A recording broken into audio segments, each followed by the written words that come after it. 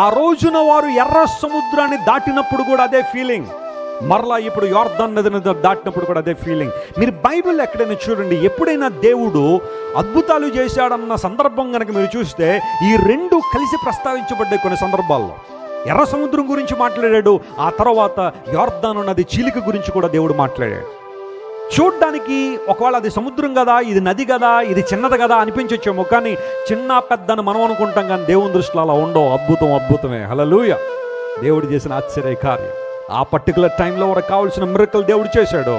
ఒక మాట నేను గమనిస్తాను, when you are depressed, when you are getting low in spirit and soul, you have to remember that you are serving a God who can turn the situation around, because he is the wonder working God and miracle working God.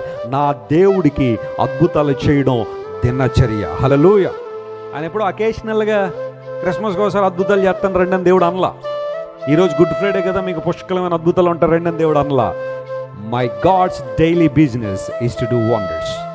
విశ్వాసంతో నువ్వు ఆయన దగ్గరికి రాగలేదు, అది ఏ క్షణమైనా ఏ పరిస్థితి అయినా సరే నీ జీవితంలో అద్భుతం చేయడానికి దేవుడు ఎలాంటి వాడు? ఆయన సామర్థ్యం కలిగిన వాడు.